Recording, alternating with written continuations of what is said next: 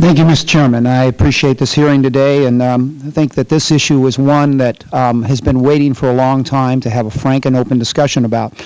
Mr. Chairman, nearly 1 billion people around the world celebrated Earth Day yesterday or early this week, and frankly, you heard a lot of communication and talk about countless alternatives for energy. We've talked about alternative energy sources such as wind and the use of hydroelectric, and you can go down the whole thing.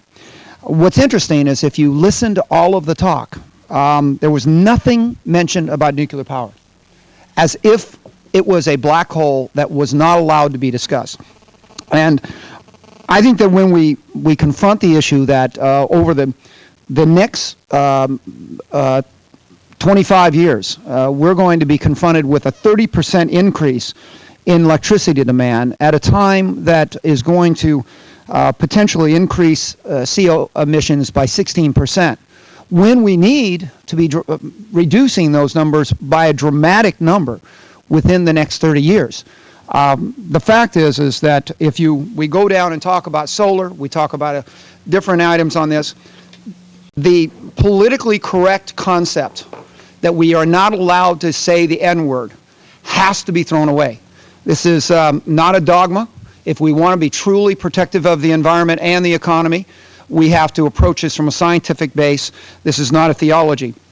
A global strategy for climate change control has been backed by numerous world leaders and scientific experts. The Executive Secretary of the United Nations Framework Convention on Climate Change noted, and that he said they'd never seen a credible scenario for reducing greenhouse gas emissions that did not include nuclear power.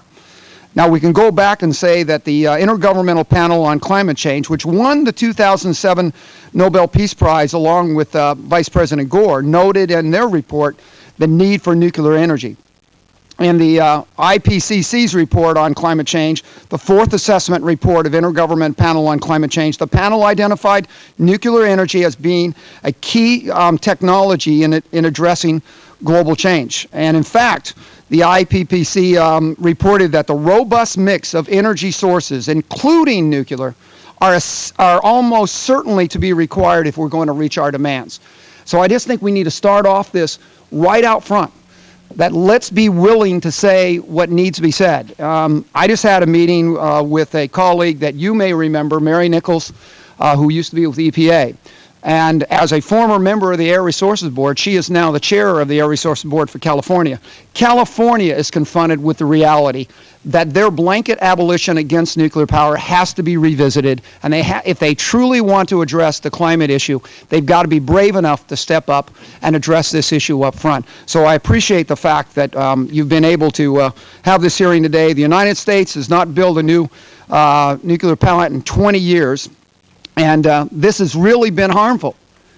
With all of the concerns about nuclear, the alternatives are not acceptable. And so I appreciate the fact that we're able to have this discussion. And hopefully, Mr. Chairman, this will be the beginning of a bipartisan approach at saying not how do we abandon a technology that is essential for our future, but how do we work together to make it work so that we can save the climate and leave our children and grandchildren a prosperous future. And I yield back, Mr. Chairman.